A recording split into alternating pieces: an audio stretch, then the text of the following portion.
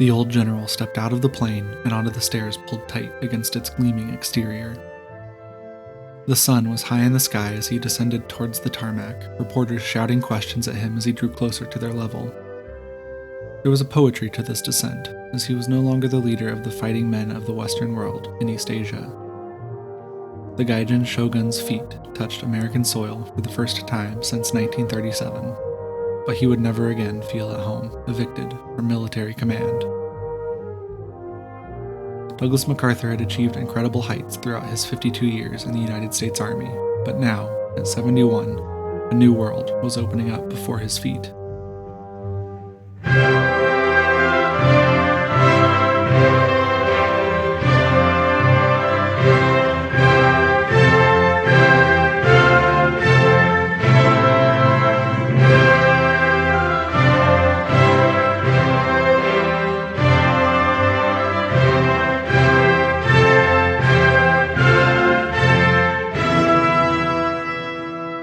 Hello, and welcome to Coming Together, Coming Apart, Episode 26, Abyssinia, Douglas.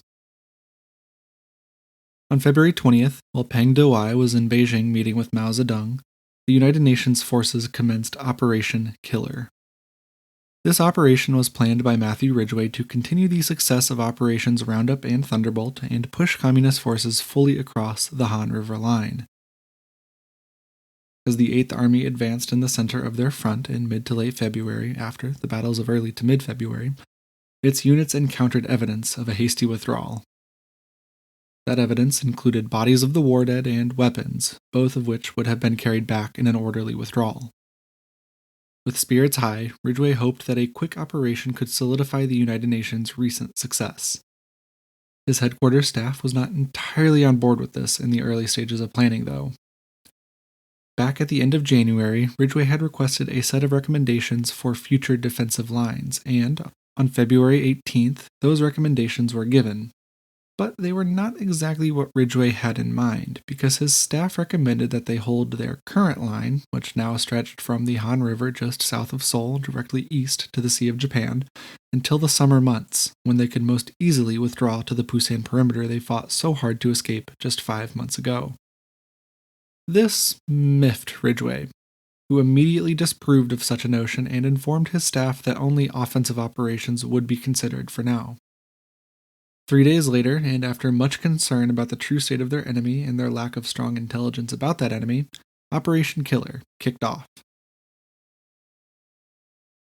Just before Killer began, though, Douglas MacArthur made a routine trip to Korea. The keyword there is routine, because MacArthur had made a habit of visiting his troops in the field just before the beginning of a new offensive operation. It also didn't help the whole secrecy thing that he announced he had ordered a resumption of the UN offensive and an open press conference just 1 day before that offensive was to resume. These were potentially small things, but were considered meaningful errors by Ridgway. Operational security was important to him, and to have the Supreme Commander blathering out one of the most important details of their plans, the starting day, could lead to many unnecessary deaths. Fortunately for the fighting men of the United Nations Command, the Communists were too busy with their own withdrawal to pay much attention to MacArthur's comments. Killer began on the 21st of February, with 9th Corps, X Corps, and the ROK 3rd Corps advancing northward in their sectors of the front. These advancing units would pincer Communist units into each other, trapping as many of the enemy as possible and kicking the rest further north. Really, the only units not advancing were those already on the Han River in western South Korea, mostly units of I Corps. They would hold at that line until further notice. Unfortunately for the advancing units of the UN command, February 21st was surprisingly warm. It was also surprisingly wet. On the 20th, and most every day leading up to it, stretching back to December at least, the weather was icy cold. On the 21st, though, roads so recently frozen were now muddy slogs. Rivers so recently solid were now engorged torrents. This made the advance more difficult than intended. Killer, almost from the outset, transformed into a land-sweeping operation, more akin to the earlier reconnaissance and force operations than the hammer against anvil strike Ridgway desired. Despite those early difficulties, UN morale remained high and the advance continued. as the advance continued slowly, Ridgway began planning the next step. That next step would become Operation Ripper, which was basically a continuation of Killer just across the whole front. In the east, the advance was to continue northward, nearly to the 38th parallel. In the west, the 8th Army was to cross the Han and push the Communists against the Imjin River, north of the capital city.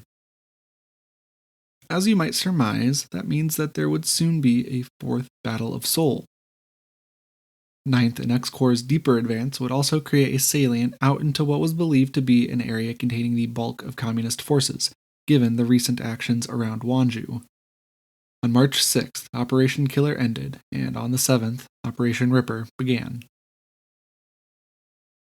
Following Ridgway's recommendation from the beginning of Killer, MacArthur landed at Suwon Airfield late in the morning of the 7th, after the first attacks had begun.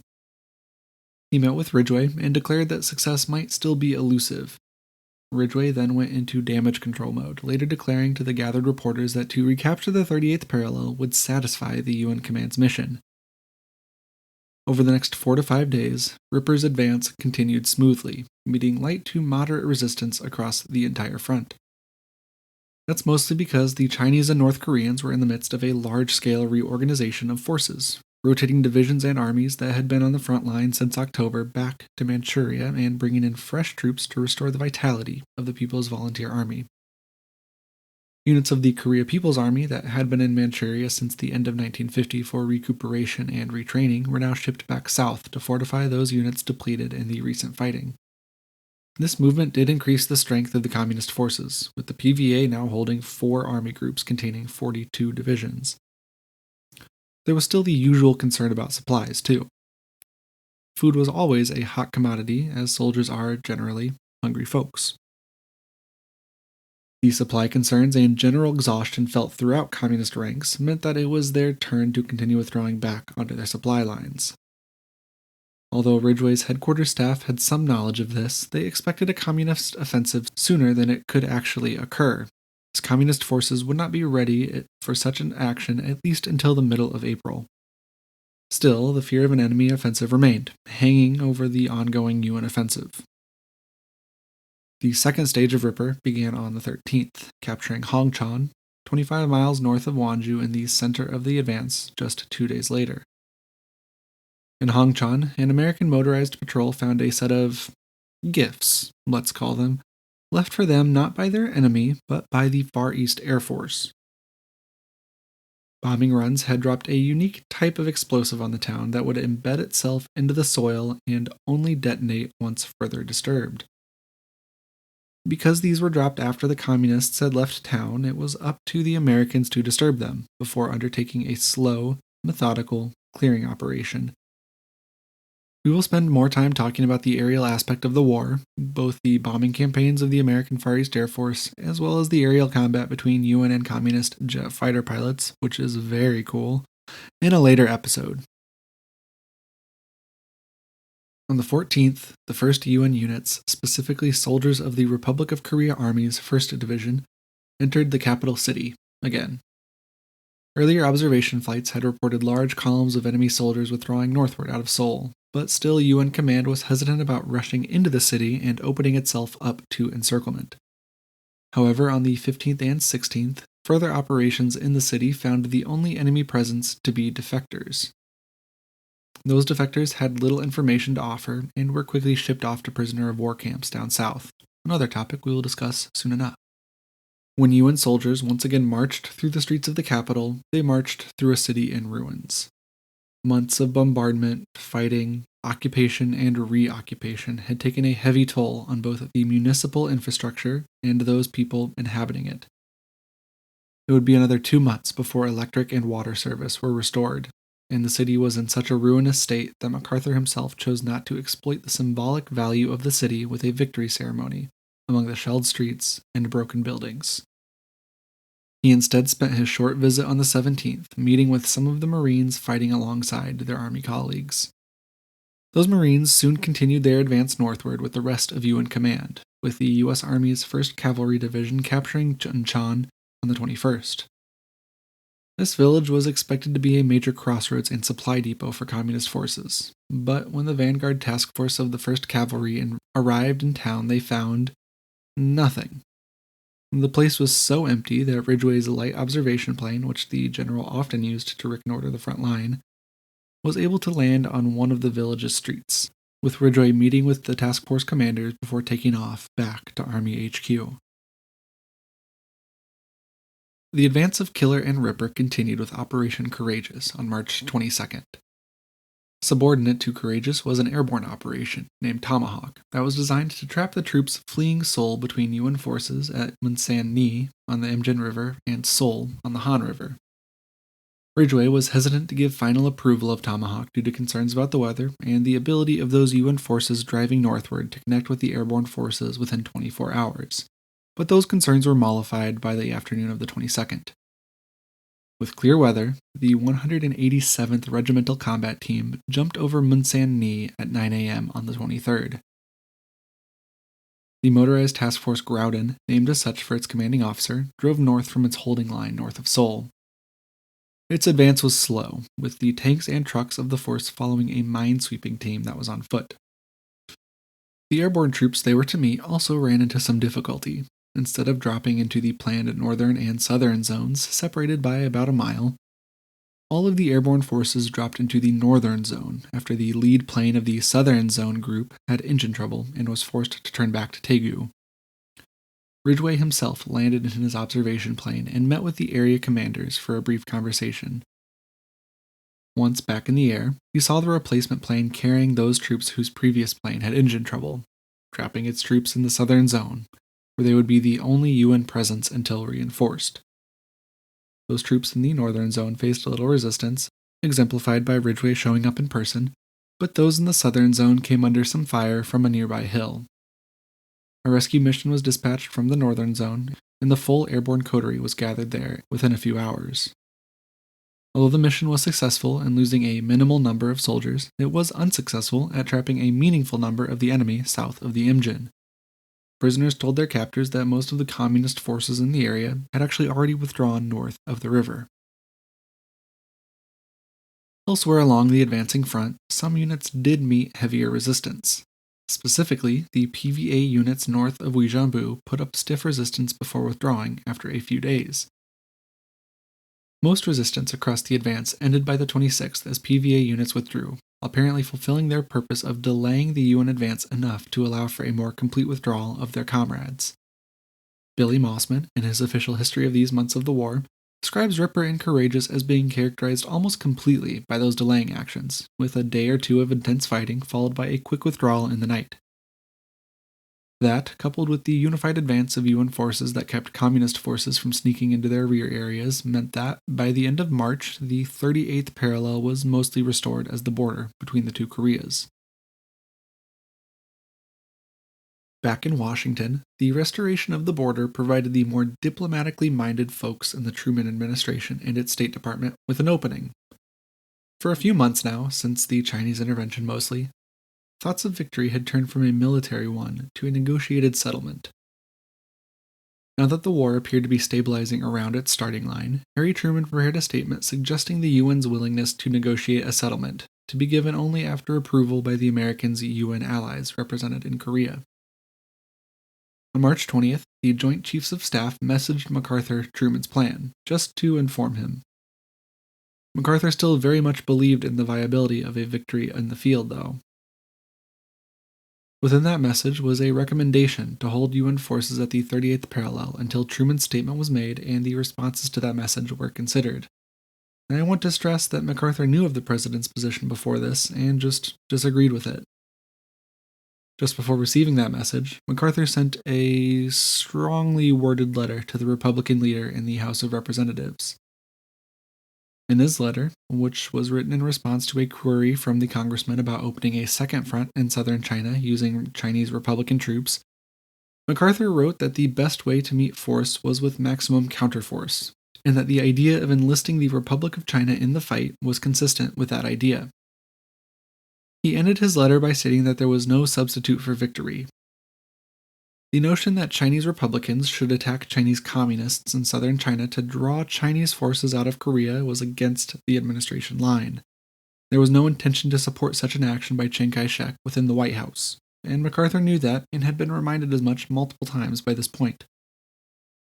Now, this probably would have been fine for Douglas MacArthur. I mean, he was MacArthur for crying out loud, and so far, his superiors had mostly successfully constrained his worst habits, or at least mitigated the negative effects of those habits. But he paired it with a statement published on March 24th that he would be willing to meet with his Chinese counterpart to discuss a ceasefire. In that same statement, he mentioned that, oh yeah, China could never win the war anyway, and maybe we'll think about even invading China if things carried on the present path. This statement was so different from the statement Truman planned to make that he actually just tossed out that planned statement entirely for the time being. I mean, could you imagine the confusion it would cause between allies if Truman couldn't even get his biggest general under control? It really was a case of the tail wagging the dog here, because, well, Truman was in charge, and he had just been forced essentially into rewriting U.S. policy for the time being in regards to the conduct of the war. That was a grave miscalculation on MacArthur's part, and it would cost him his job in due time. In the last week of March, Harry Truman decided that he needed to fire Douglas MacArthur as Supreme Commander, UN Forces. He just needed a good enough reason to convince the voting public it was the right thing to do. That same day, the 24th, MacArthur announced that the 8th Army would cross the 38th parallel once again. He had discussed this with Ridgway, and they decided that moving to a line some 20 miles above the parallel would provide a good defensive position and be achievable given the usual supply constraints. Neither wanted a replay of the past parallel crossings, with one side overextending itself before collapsing back to its side of the border. To prevent that, Ridgway began planning the next attack, pointing it at an area between three towns just north of the 38th parallel: Pyongyang, Chorwon, and Kumhwa. Together, these three towns were quickly deemed the Iron Triangle because of their transportation linkages both across the peninsula and across the parallel. To threaten the area would prevent the Communists from quickly moving forces across the front and from reserve areas forward to the front. This action would take place in two parts: Operations Rugged and Dauntless. Rugged would move the UN front line north to Line, Kansas, about 10 miles north of the parallel. From there, the frontline units would be partially thinned and rotated to reserve in preparation for a Communist counterattack. If the counterattack did not happen as expected or was quickly defeated, Dauntless would push the UN front line up to lines Utah and Wyoming, a further 10 miles north. Utah would open a salient towards the Iron Triangle, and Wyoming would broaden that salient to further harass the area. Ridgway didn't really want to take the Iron Triangle. He just wanted to make it overly difficult for the Communist forces to move through the area by making it a forward area of combat. That lack of total commitment to Dauntless is reflected in the fact that secondary orders for withdrawal to Line, Kansas were also given in case of strong enemy counterattack at any point north of that line. That area was meaningful, but Ridgway still believed that preserving his forces was more important than preserving territory. MacArthur agreed with this plan, and on April 2nd, the UN forces involved in Rugged began moving forward. Like Killer, Ripper, and Courageous, resistance to the Rugged advance was sporadic and mostly light. Only the U.S. 1st Cavalry Division encountered meaningfully heavy resistance near the Watchon Dam. Observation flights reported that all 18 gates on the dam were still sealed tight.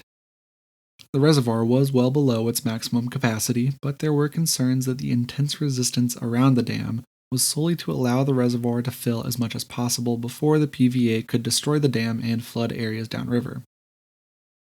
These concerns were disregarded by Ridgway's chief engineer, though, as he considered the Chinese unable to muster the explosives necessary to blow such a large concrete structure enough to cause a major flood. Really, only the sluice gates could be opened to cause minor flooding at best. That's much better than an entire reservoir rushing through the river valley, of course, but still enough of a disruption to 8th Army's lateral mobility to warrant capturing the dam. And that was supposed to be done as part of the Dauntless operation after Rugged was successful, but a misunderstood operational directive and an initially misused ranger company meant that the operation to take the dam began early on the 9th. The dam was partially opened at this time, raising the downstream level by about 7 feet, but it was never a major threat to those units in the flooded areas. Still, the multiple attacks launched by the 7th Regiment of the 1st Cavalry in conjunction with those U.S. Army Rangers bogged down in the steep ridges around the dam. When the Americans were rotated out and replaced by ROK Marines, the dam was still in Chinese hands. It would now be up to those Marines to capture the dam as part of Operation Dauntless, beginning on April 11th. There's something else that happened on April 11th. Why, I don't remember what happened then. Why don't I remember what happened on April 11th? Ah, yes, of course, how could I forget? On April 11th, 1951, Douglas MacArthur was relieved of both his authority over the American occupation of Japan and his command of United Nations forces in Northeast Asia by the President of the United States, Harry Truman. 6 days earlier, the minority leader of the U.S. House of Representatives, Republican Joseph Martin, read aloud to his colleagues that letter MacArthur sent him back on March 20th. Again, that letter contradicted much of the previously established U.S. policy on Korea and general East Asian policy that had come out of the White House, Foggy Bottom, and the Pentagon thus far. That's why Martin's impromptu dramatic reading was an issue, to say the least. Over the next 3 days, Truman met with Secretary of Defense George Marshall, Secretary of State Dean Acheson, Chairman of the Joint Chiefs of Staff Omar Bradley, and Special Advisor Averell Harriman to discuss the best course of action, but Truman pretty much had his mind made up. Quoting Mossman, Truman had already decided that MacArthur should be relieved, but wanted the record to show that he had acted upon the advice and with the support of his chief civilian and military aides. End quote. MacArthur supposedly had some idea about this possibility, as Stanley Weintraub writes about a meeting between Ned Almond and MacArthur on April 9th. As the two stood to say their goodbyes, MacArthur allegedly told Almond, quote, "I may not see you any more, so goodbye, Ned." After Almond asked what he meant, MacArthur said, quote, "I have become politically involved and may be relieved by the president." End quote. Marshall and Bradley recommended Ridgway as the old general's replacement, given his heretofore successful conduct of the ground command, and, on April 10th, the orders were signed, sealed, and delivered. Sent first via diplomatic code to Ambassador John Muccio in Busan, then given separately to MacArthur by the visiting Secretary of the Army and to Ridgway by one of the Secretary's staff members. Because of a power outage in Busan, though, the orders were not fully transmitted on the 10th.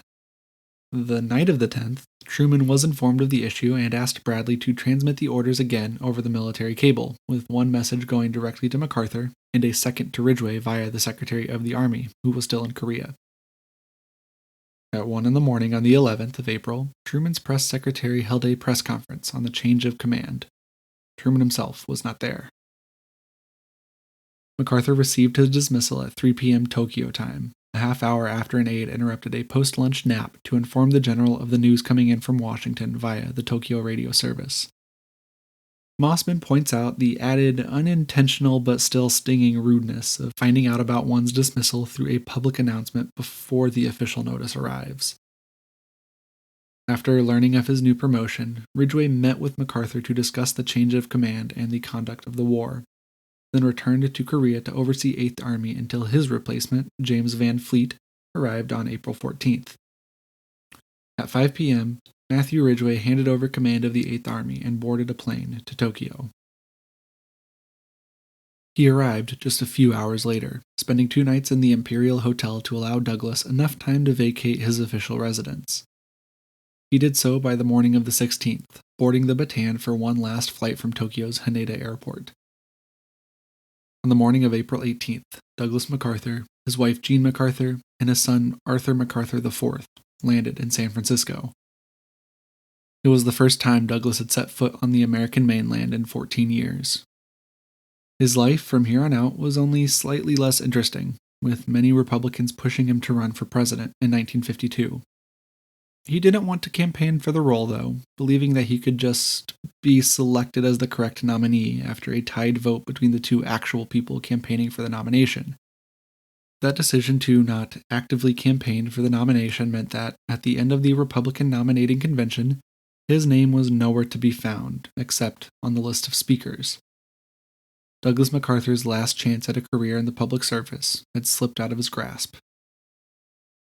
All the while, he would privately lambast those he considered responsible for the death of his military career: Truman, Marshall, and Bradley, chief amongst them.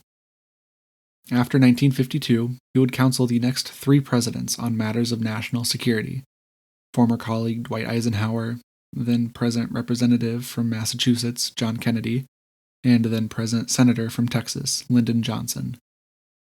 He became chairman of the board for Remington Rand, a business machines company that's been merged into a few other companies since then.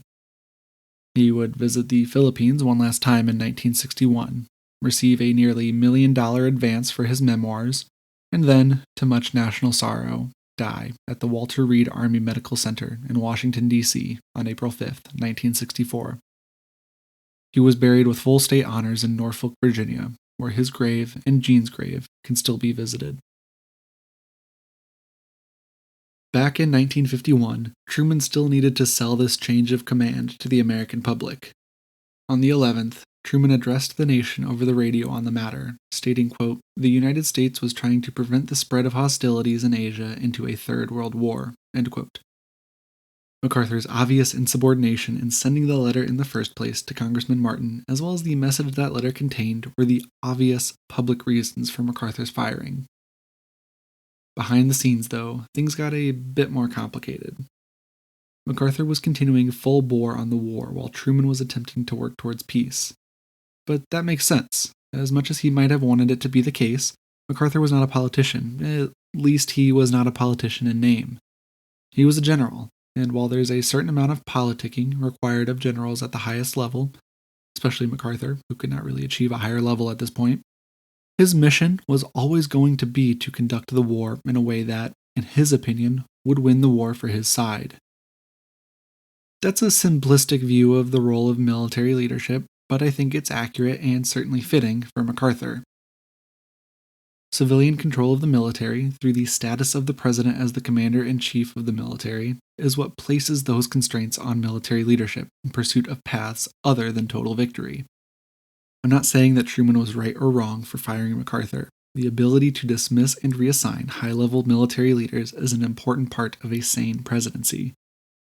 All I'm saying is that MacArthur was consistently himself. He had no choice but to always be himself in every possible sense of that sentiment. Truman and his cabinet knew who MacArthur was, and I think that MacArthur's dismissal was probably inevitable because of that, because of the differences between the president and his general. The Martin letter just gave Truman the public opening he needed to make that final decision. As I.F. Stone posits, Truman's final decision did not come down to MacArthur failing to uphold his promises to have troops home by a certain time, or his inability to achieve victory by this point, or even his constant desire to use atomic weapons in Korea and China. It was his quote-unquote intervention in domestic politics back in Washington through the Martin letter that was the final straw. And I agree with that assessment. Specifically, Truman had authorized sending atomic weapons to the Western Pacific already, and those moves were mostly underway by the day of the dismissal. That final move to Okinawa, where the facilities to load those weapons onto the correct aircraft were located, did not occur though, meaning that atomic weapons, while always on the table back in Washington, would never be in the right place at the horribly right time. Truman also was pretty content with letting MacArthur manage the military aspects of the conflict up to this point. But after the armistice statement back in late March and going around the chain of command with the Martin letter in early April, Truman had enough. He just plain had enough. And we'll see next week how the public reacts to that decision. Before his death, he gave one final address to Congress on April 19, 1951, just after his return to the United States. The full speech is 35 minutes long, so I won't play it entirely here, but I do want to end today with the last few minutes of that address. In the first 30 minutes, he expounds on his thoughts for that most American of oceans, the Pacific, and for international security in Asia. The next 5 minutes, though, is a fitting end to his career, I think. If you do want to listen to the whole thing, there's a link to it in the episode description, which I'll also put up on social media. So, please, take it away, Mr. MacArthur.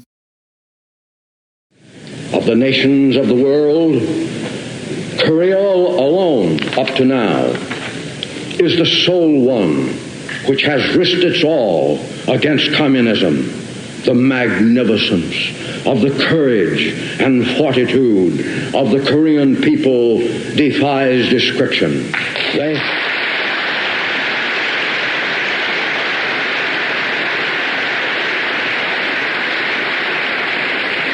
They have chosen to risk death rather than slavery. Their last words to me were, "Don't scuttle the Pacific."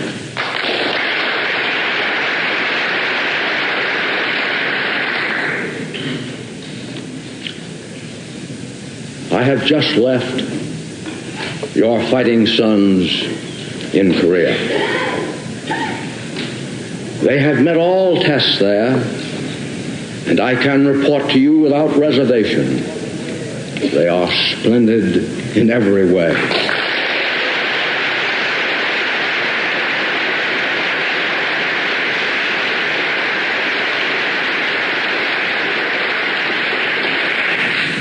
It was my constant effort to preserve them and end this savage conflict honorably and with the least loss of time and a minimum sacrifice of life. Its growing bloodshed has caused me the deepest anguish and anxiety. Those gallant men will remain often in my thoughts and in my prayers always.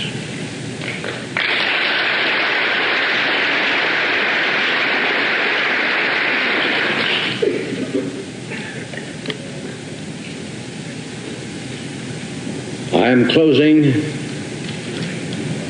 my 52 years of military service.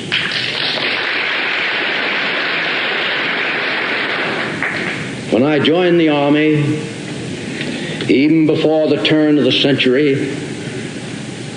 it was the fulfillment of all my boyish hopes and dreams. The world has turned over many times since I took the oath on the plain at West Point, and the hopes and dreams have long since vanished. But I still remember the refrain of one of the most popular barrack ballads of that day, which proclaimed most proudly that old soldiers never die. They just fade away. And like the old soldier of that ballad, I now close my military career and just fade away. An old soldier who tried to do his duty as God gave him the light to see that duty. Goodbye.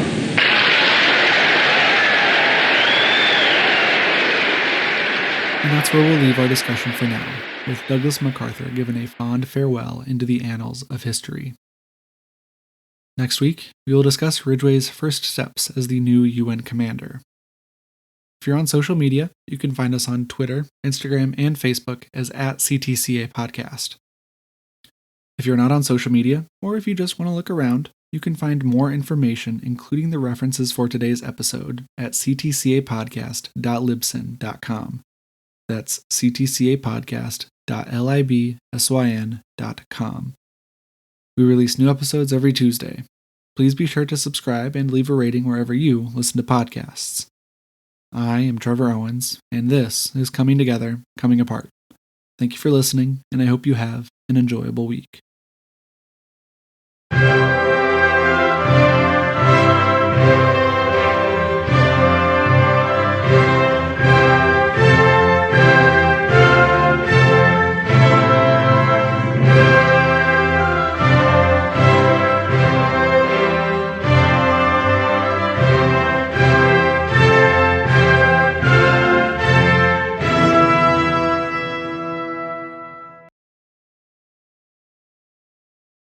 Bye, bye, Douglas MacArthur.